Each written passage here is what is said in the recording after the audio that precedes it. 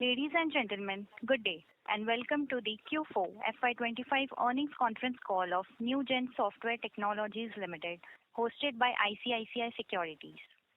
As a reminder, all participant lines will be in the listen-only mode, and there will be an opportunity for you to ask questions after the presentation concludes. Should you need assistance during this conference call, please signal an operator by pressing star, then 0 on your touchtone phone. Please note that this conference is being recorded. I now hand the conference over to Ms. Aditi Patil from ICICI Securities. Thank you, and over to you, Aditi. Thank you, Pooja. Good evening and welcome to the Q4 FY25 earnings call of Newgen Software Technologies. It's my pleasure to introduce the senior management team of Newgen. We have with us today Mr. Diwakar Nigam, Chairman and Managing Director, Mr. T.S. Varadarajan, Whole-Time Director, Mr. Virendra Jeet, Chief Executive Officer, Mr. Arun Gupta, Chief Financial Officer, Ms. Deepti Mehra Chugh, Head Investor Relations.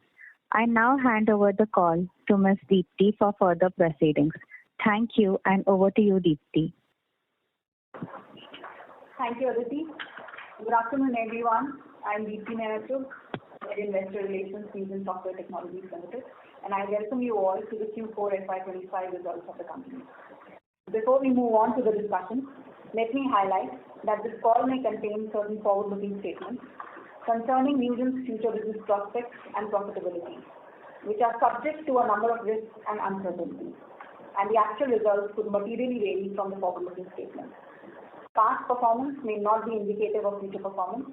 The company does not undertake to make any announcements in case any of these forward-looking statements become materially incorrect, or update any forward-looking statements made from time to time by or on behalf of the company. For further details, you may please refer to the Investor Relations section of our website.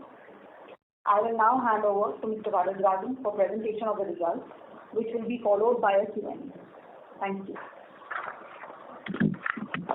Good afternoon, everyone, and thank you for joining us today. We are pleased to report our results for full year and Q4 of FY25. FY25 was a year of healthy revenue growth and margin expansion for Newgen. We witnessed revenues of 1487 crores, leading to a growth of 20% YOY. The year unlocked new opportunities for us, identifying fresh avenues for expansion. We witnessed strong growth in our license and implementation revenues. License revenues witnessed a growth of 41% YOY.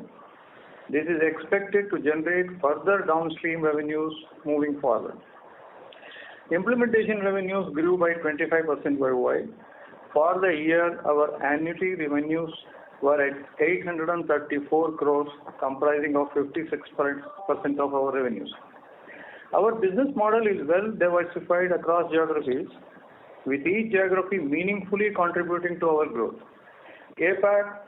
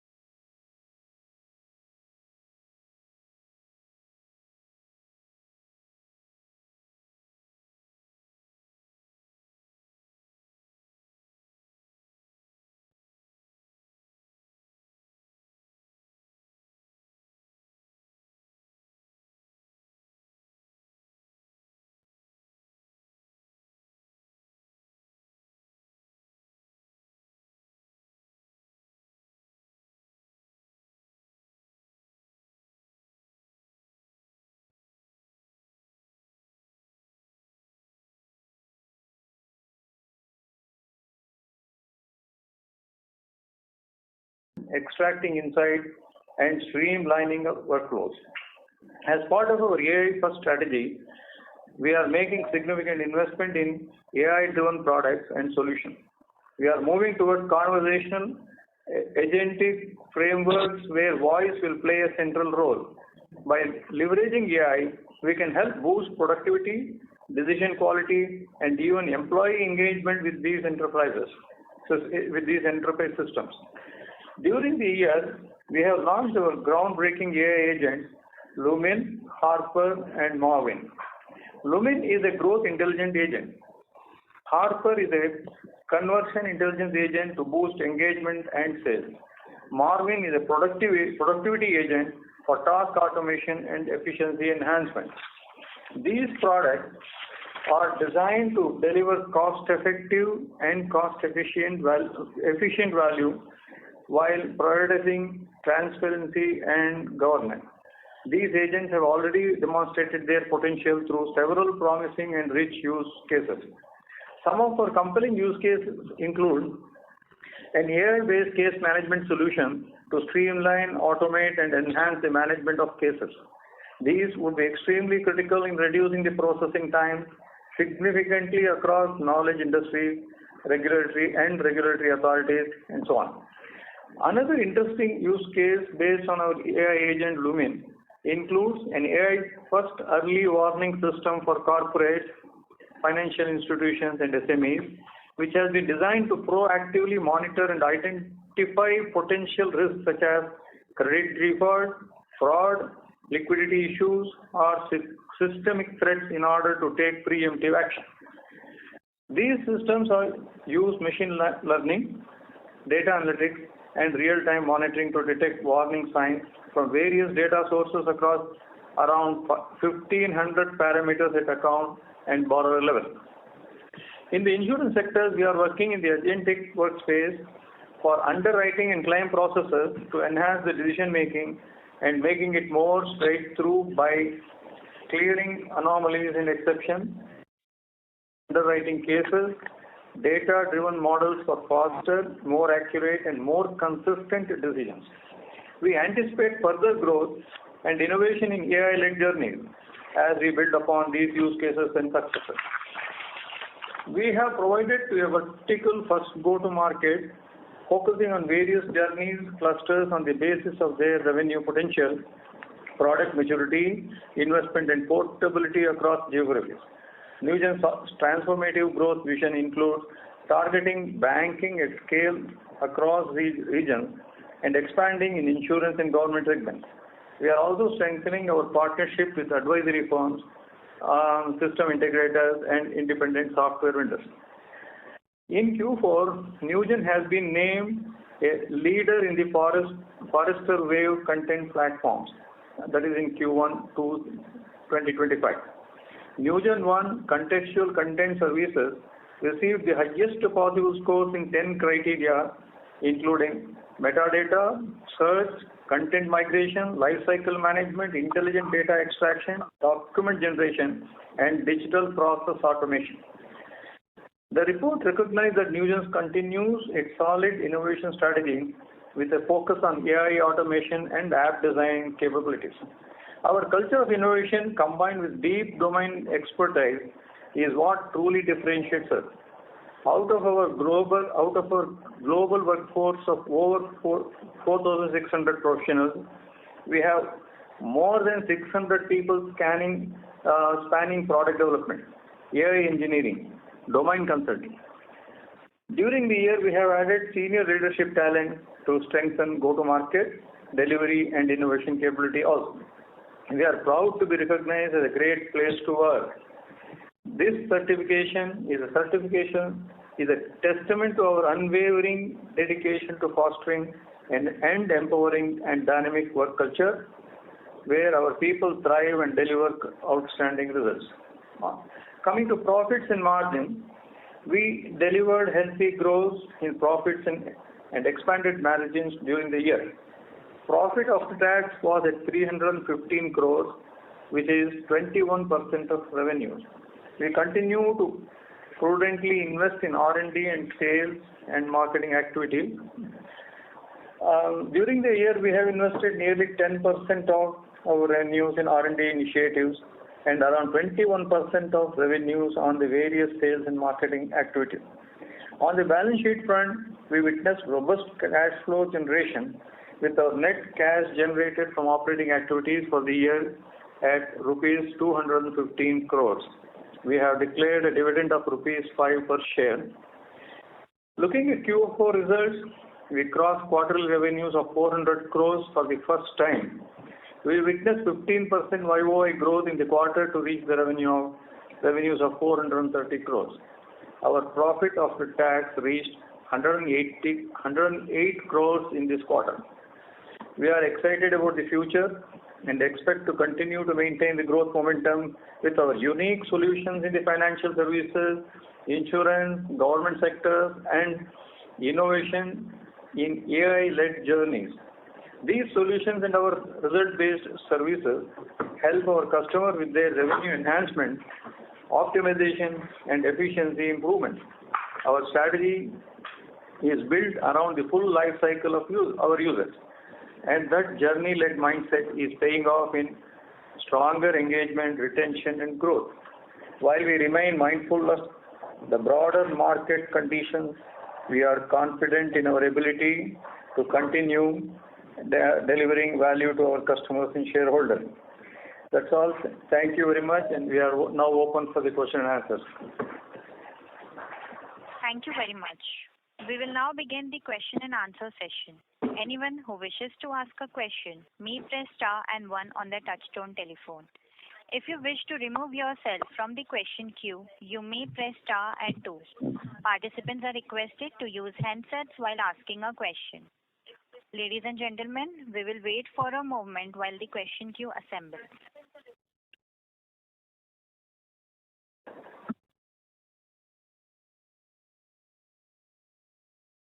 The first question is from the line of Ruchi Mukhija from ICICI Securities. Please go ahead. Thank you for the opportunity. Two questions.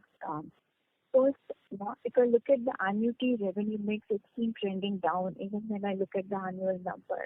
Could you help us understand why we are trailing behind or why the annuity revenue mix is trending down? Hey Ruchi, thank you for your question. You're absolutely right. The growth on this year, especially this quarter, has been predominantly on license and implementation. And as you understand, the annuity revenue is typically a downstream revenue. And in our last quarter, we had clearly mentioned that some of our larger deals have delayed annuities kicking in. And we had given a projection that by Q3, Q4 of this year, we should be able to restore our healthy annuity growth rate. So it's a temporary phenomenon.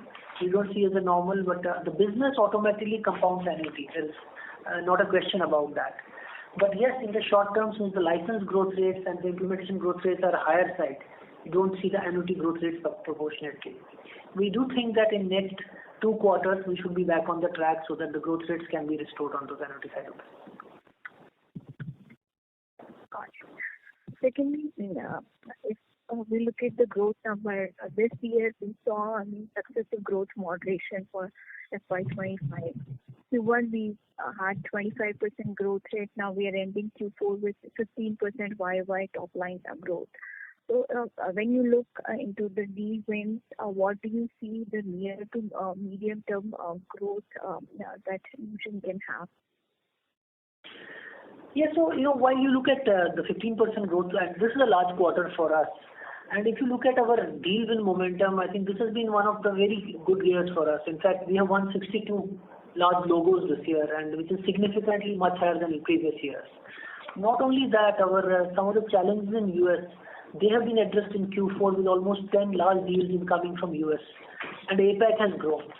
On India and Middle East, which are really large markets, I think we just recall the last year our growth rates were almost 40% in the Q4. So relatively their growth this quarter was muted. But on going on in terms of looking at number of deals which we have won, the larger license growth of 41%, we are confident that downstream revenues will start kicking in. And the way the market currently is shaping, and in spite of uncertainty, since our revenues are pretty diversified, they are now equally, APAC is playing a very important role in the revenue. It has reached a significant number. India, Middle East continue to be large markets for us, and US kicking in. We are still positive to maintain a growth momentum going into next year. Thank you. Thank you, Ruchi. Thank you, Ruchi. The next question is from the line of Aditi Patil from ICICI Securities. Please go ahead. Thank you for the opportunity. My first question is on EMEA market. What specifically in Q4, what has led to year-on-year decline in EMEA? Was there any unexpected ramp down? No, Aditi, not really. I think this is the Q4 is a very large market, and I said last year we had a 40% growth, and lot of them were license deals. This year, I think we missed some of the deals coming, which were about to come in Q4, and that is the number. Since, on a quarterly basis, and when you divide the whole annual number to quarterly, and then you also divide the regions, a few deals make huge difference in performance. They are not the true reflection of the market is behaving. We have not lost any major deals. We have just been able to close less number of licenses which were anticipated to be closed. Okay. That is it. So there's nothing bigger than that in that. So do we expect these license deals to close in like Q1 or Q2 of FY26? We do hope that. We do hope that. But unless the deals come in, we are all waiting for. But yeah, the market is still this is a strong market for us, especially on government and financial services. We expect the growth momentum to continue out there, and we have built some very, very large deals in last year. Some of them should surely come up in Q1, Q2. Okay, got it. And I have a follow-up on the question which Ruchi asked. So if we see for Q4, the support revenue has dipped YOY. So if I understand, like the support revenue run rate should continue, like because can you just help us understand why the support revenue has dipped? It's a marginal dip. I think it is a kind of a correction in certain accounts where some in terms of quarterly adjustments. We are still working with the customer to get those revenues back. But right now, since they were held by the customer for a particular while, so again, if you look at it on quarterly basis, a single deal or a single case makes the difference in the revenue. We don't read too much into that. And okay. So like we haven't seen a drop on YY basis in support revenue since FY22. So that is why I was curious to know, like, does it mean that the client has not renewed our support or not going to renew them further? See, sometimes the timing of the contract happens. Sometimes there is an adjustment, or sometimes there are also. There is an element of churn in the business anyway. But those churns are the minor 1 or 2%.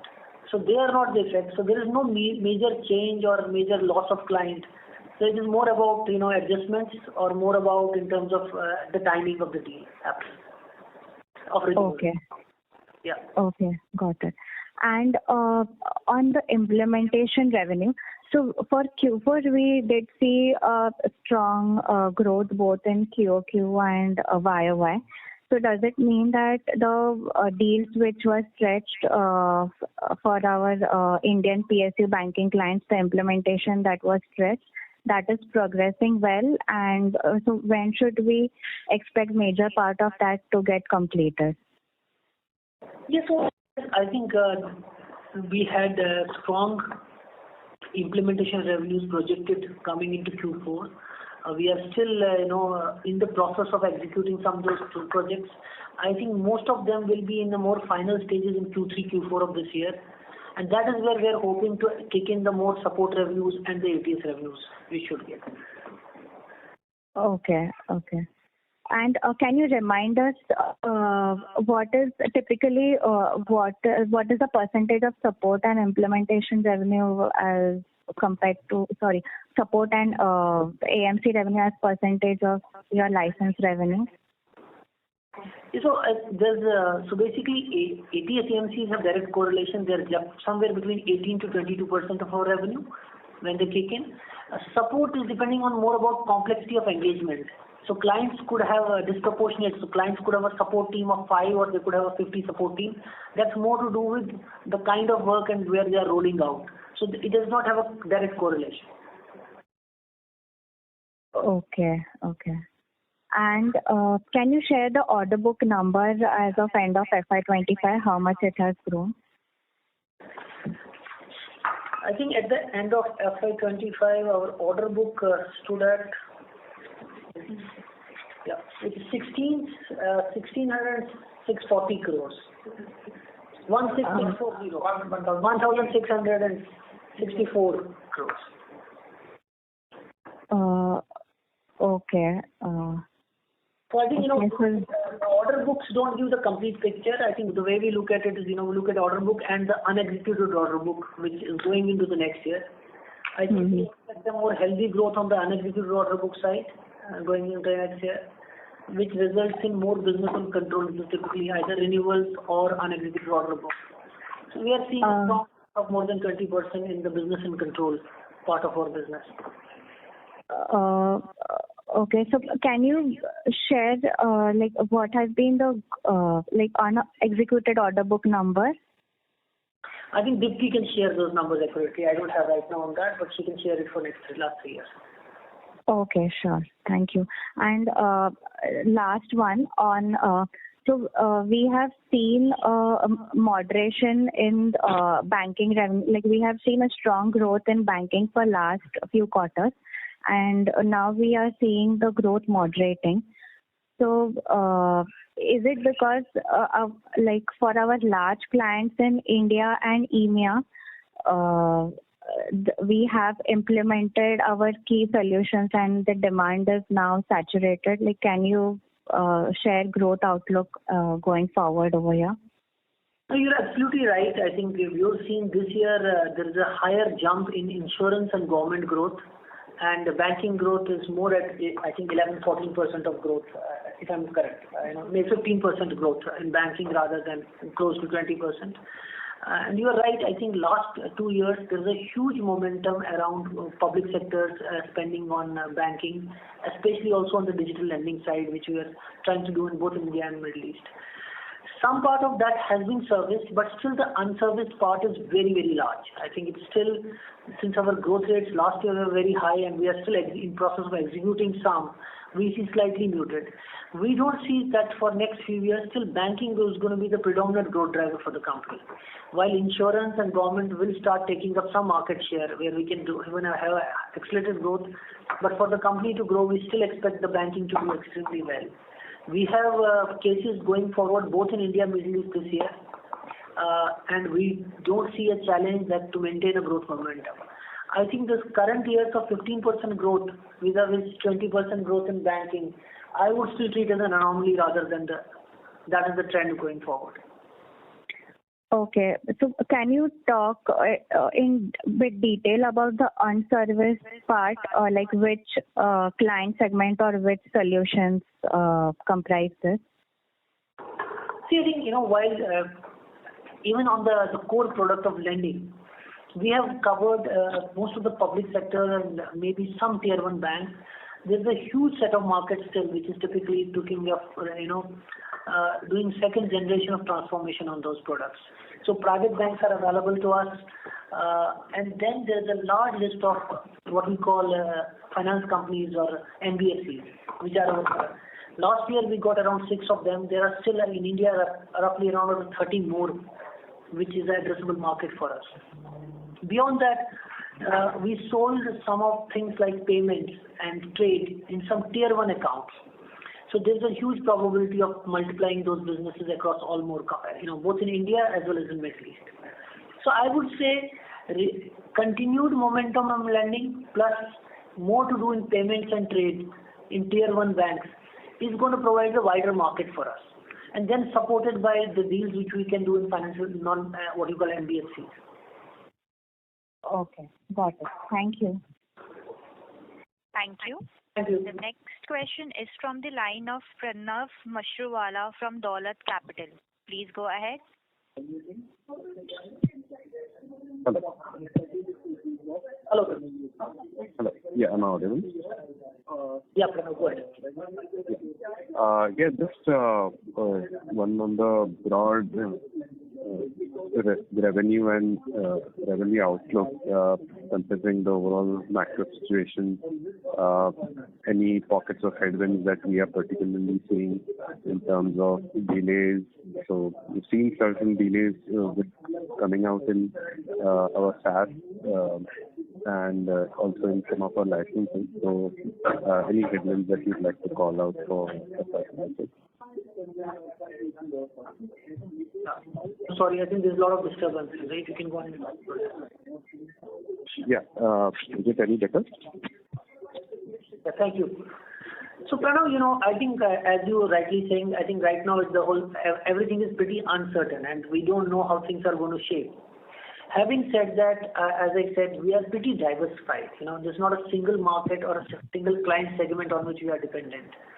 And some of our markets do seem to be less affected initially. I think our markets like India are less affected right now.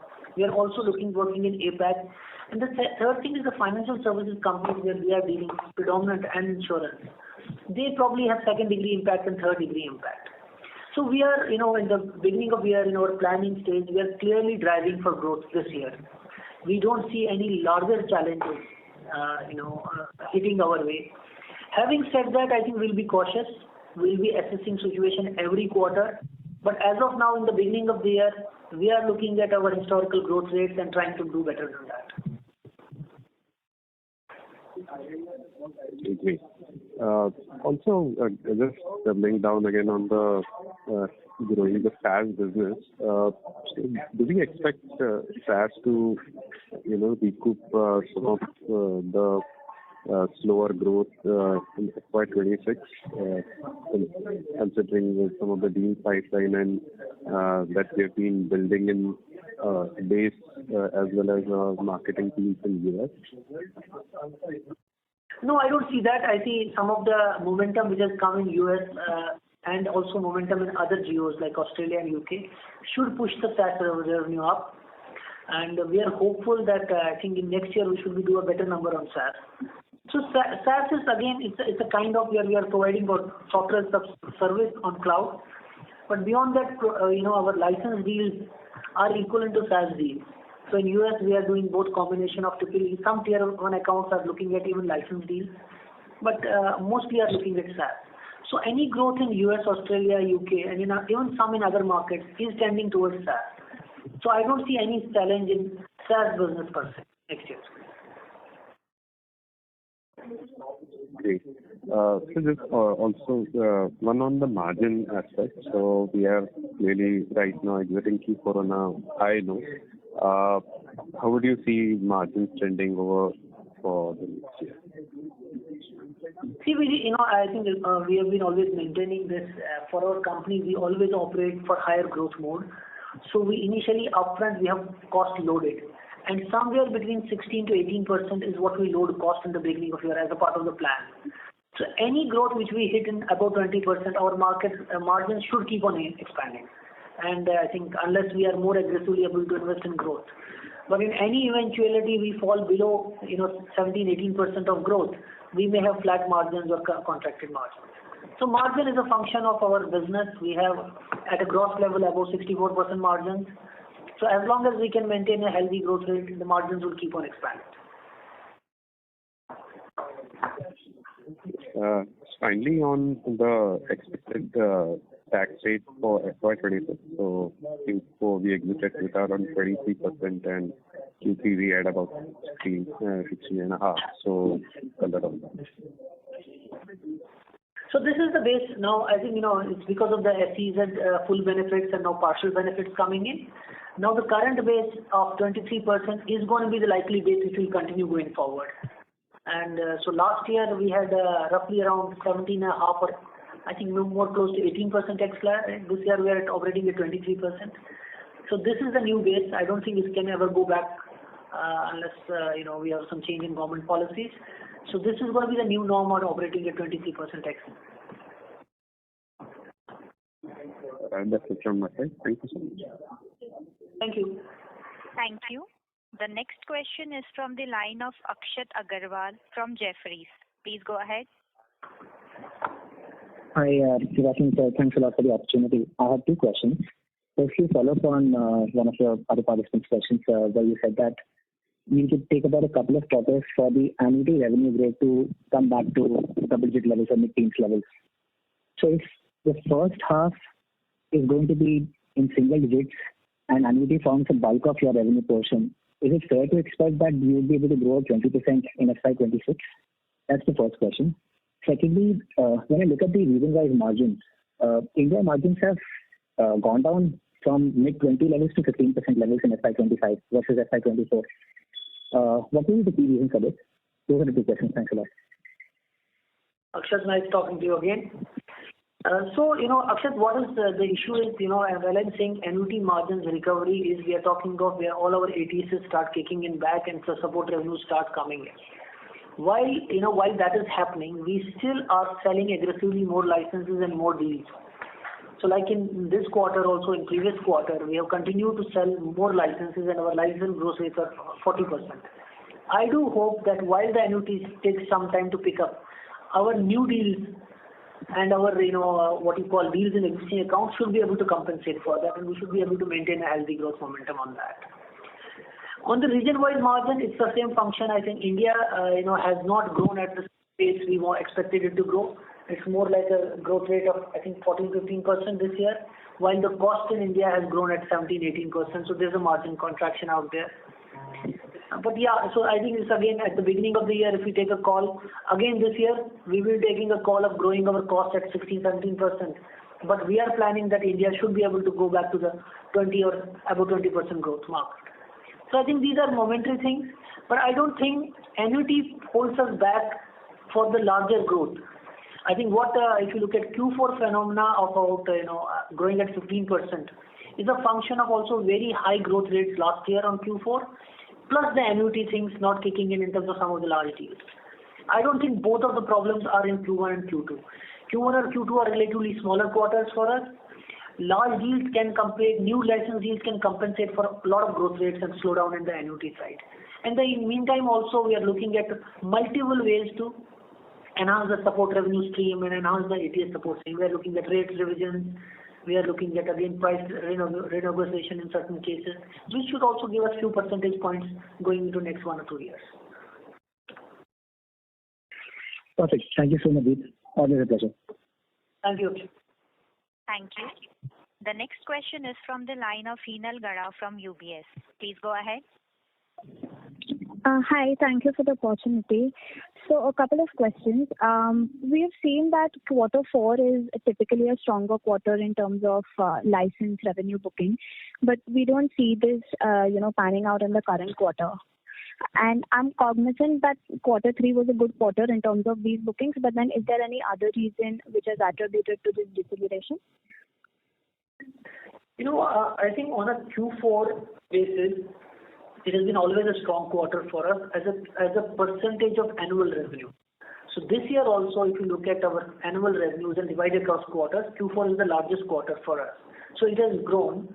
The challenge has been that Q4 last year has grown at 40%, and both on Y-on-Y and also sequentially to a very large number. When it comes to license sales, I think if you look at this year license sale Q4 to Q4, let me look at this number. We have grown at 31% Y-on-Y on the license sale. So license sale momentum has kept up. The point we were discussing about some of the annuity streams have not caught up with that same thing, which is to do with in terms of our ability to execute large projects and make them live. So it's a momentary challenge. We think in a couple of quarters we should be able to save that. But you can clearly see our deal momentums in Q4 are the highest. I think this is probably the highest. We have gone up to 97 crores of license sale, which is our highest ever license sale. And even Q3 was very strong at 93 crores, something like that. Okay. And so a follow-up to that, so you mentioned the implementation which got delayed, which has kind of impacted our revenues. Are there any corrective measures, which need to be taken from our side probably to avoid the same in the future? Like if you could just help us understand what exactly has caused this delay?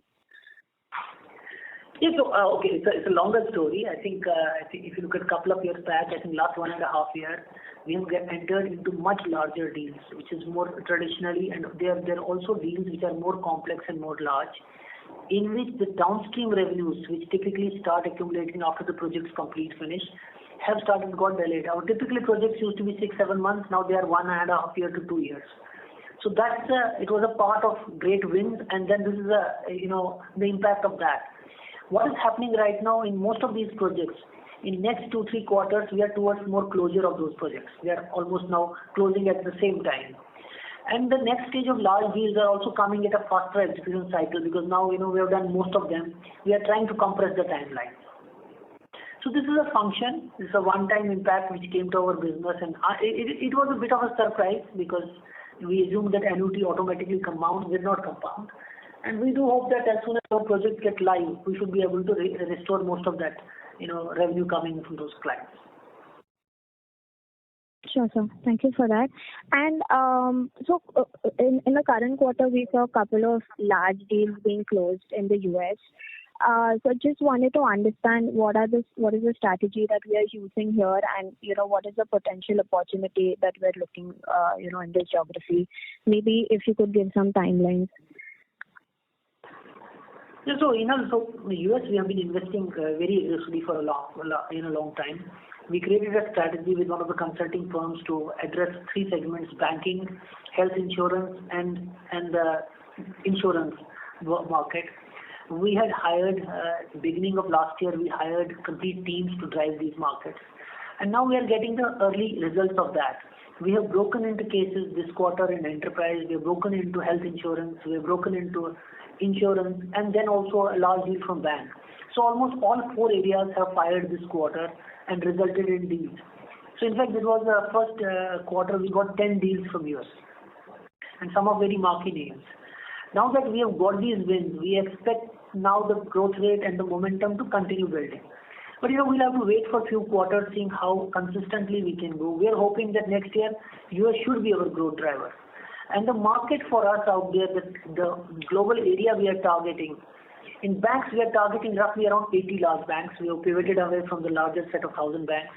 Similarly, in insurance there are 120 companies. And again, in the health insurance there are another 40 to 60 companies. This is a universe we are targeting, and we are trying to build much deeper relationships and build a multi-year contracts with these kind of customers. Does that answer your question? Absolutely. And how about in India? So India has traditionally been a growth driver for us. So what is the TAM that we are looking here? What is the kind of scope that we do see to further mine the existing clients that we already have?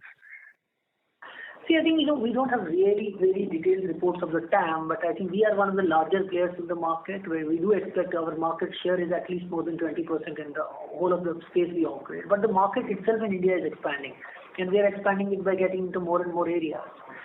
The way we internally look at it is that all our territories have large potential. So I think we really would like that India does 1,000 crores in the next 2-3 years. That's our plan. So I don't think the market opportunity size is a limit. It's our own ability to execute. And we are going after that in a very aggressive way over the whole market. Understood. So lastly, just, more of a very long-term question. So GenAI has been, one of the big tech disruptors. And then is there a case where we probably see this could cannibalize Newgen revenues, probably on the content management or the BPA end? Is there a possibility of that? I think this is a question for service companies, not for product companies. Technology is our enabler to sell. GenAI has actually reinvented all the use cases across industry for kind of things which we sell.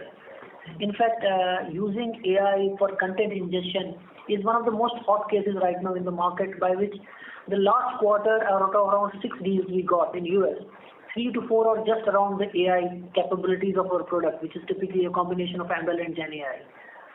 See, we are leading this right now. I with confidence say I think we are one of the most content management and low-code AI-led products in the market, with our Marvin, with Newgen and Hyper. Most of the cases we have won in last 2 quarters, AI has played a very important part of that. So the way you say that content management and GenAI complement each other. So far, people used to retrieve content. Now they can discover more value out of that content. That's why GenAI works on that content, either through RAG or vector embedding or many other technologies like that. So there is a renewed interest in the enterprise content management space globally right now, both on the ingestion and the management and knowledge management side of that. We got 2 orders in Singapore government which are to do with kind of things we are talking about. We got one of the largest orders from the primary regulator in India, which is AI-led content management. And similarly, we got 3 to 4 orders in US around insurance companies which are around document ingestion, which is AI. So in fact, this is what we are excited about, not threatened about. Okay, understood. Great. Thank you so much for patiently answering my questions. Thank you. The next question is from the line of Vaidik Sarkar from Unifi Capital. Please go ahead. Ravinder, hi, good morning, and congrats on a good year overall. Well, there was a time in the previous years when you specifically called out that order book growth was higher than your revenue booking, right? Obviously, that was more sentiment-led, given how strong FY24 was.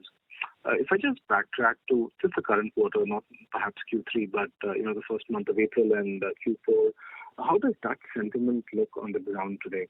I ask it in the context of oil prices in the Middle East, the US, led issues, and broadly probably a cessation of banking product like demand in India. Just keeping this in perspective, how would you define that sentiment? As things look today?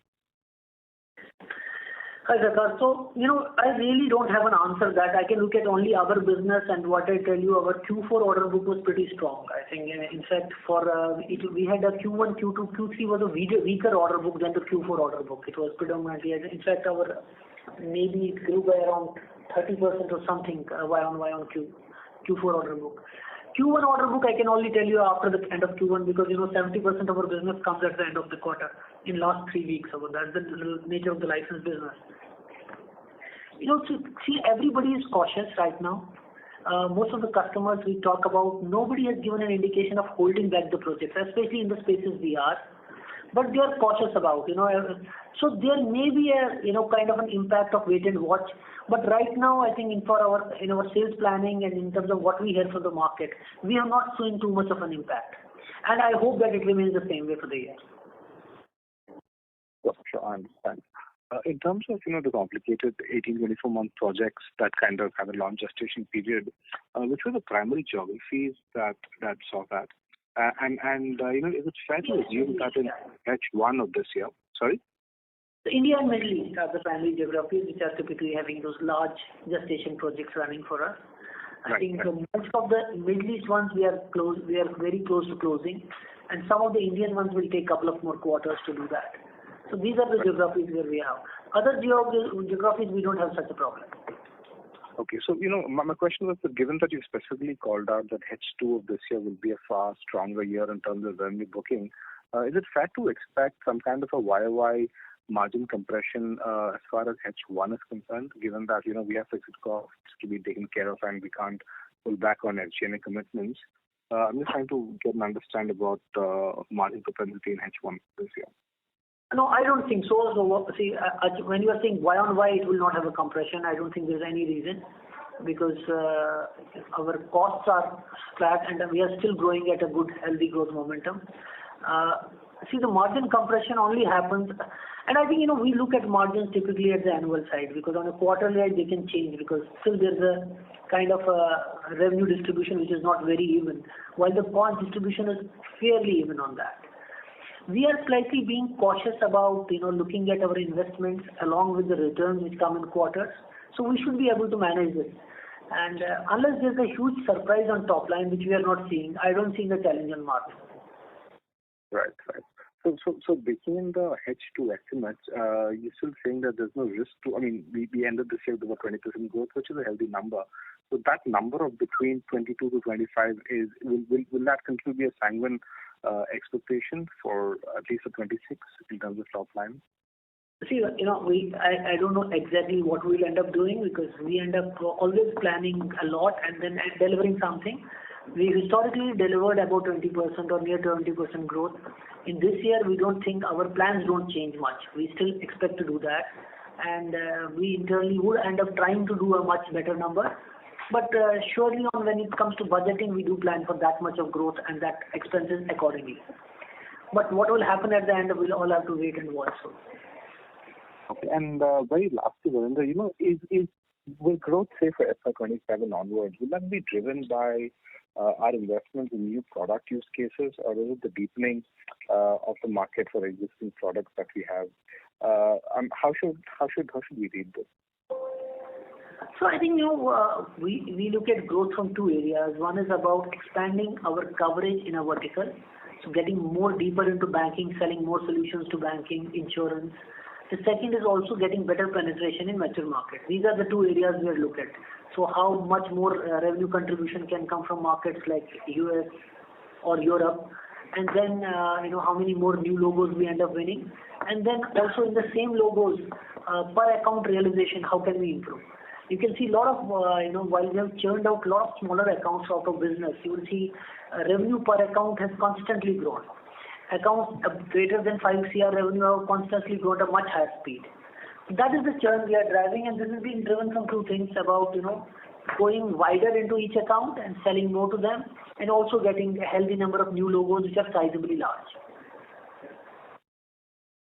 Thanks, Ander, and best wishes for future. Thank you. Thank you. Thank you. Ladies and gentlemen, in order to ask a question, you may press star and 1. The next question is from the line of Mihir Manohar from Carnelian Asset Management. Please go ahead. Hi. Thanks for giving the opportunity. Sir, you mentioned about the 10 deals, one in US. So the 10 deals are for the full year, or are they for the quarter? So these deals are generally for us in perpetuity because customers have long-term relationships. But generally these are license plus implementation, which may have a cycle of 7, 8, 9 months, 10 months. And I'm sorry, I mean to say, you have 10 deals for one during the year or during the quarter? Okay. The winning is for the quarter. Okay, understood. Out of these 10 deals, I mean, how many of these deals would be with larger tier 1 accounts, where we can have a bigger revenue potential? See, all these 10 deals are size. See, what we have already, we have pivoted towards only large accounts. We don't do small account deals anymore in US. So we are saying these are either tier 1, tier 2 insurance companies, banks, or health insurance companies. So all of them are large accounts for us. Understood. Sure. And these are coming largely from insurance, insurance and health insurance side, right? Banking will be lesser as of now, or how is it? So I think three from banking, I think 3-4 from insurance, and a couple from health insurance. I think that's Dipti can send you exact distribution about these accounts. Understood. Sure. The second question was on these, annuity kicking in for one of the some of the dealer businesses in India and Middle East. Now, when annuity starts kicking in second half, does the annuity percentage which you mentioned 18 to 22 that remains the same or that changes? No, that is the percentage payout of annuity for ATS on licenses. So that broadly remains same. It does not change. The only thing what happens, it starts kicking in. That means now it is due and we can recognize the revenue from that onwards. Understood. Sure. And the third question was on the new product. And this is like 2.5 years back. We were looking at a $500 million of a business. Naturally, the progression has happened well over the last 2 years. Just wanted to get a sense, and for us to have that $500 million kind of a number, do you feel any specific products need to be developed, product gaps needs to be addressed? Any development or any color around new products that will be really helpful? So, Mir, I think this is a work in motion. So last year at the beginning, we defined a strategy about where we need to invest. We have to verticalize our insurance products across domains and then across geographies. I think 80% of that work has been already done. We expanded our banking portfolio like in Islamic banking, and then also building banking integration. We expanded our insurance portfolio with integrations with companies like Guidewire and all that. So a lot of that has been already in place. Beyond that, in last 2 quarters, we have doubled up on creating the AI roadmap for the whole product, because what we are seeing, the AI is driving most of the use cases.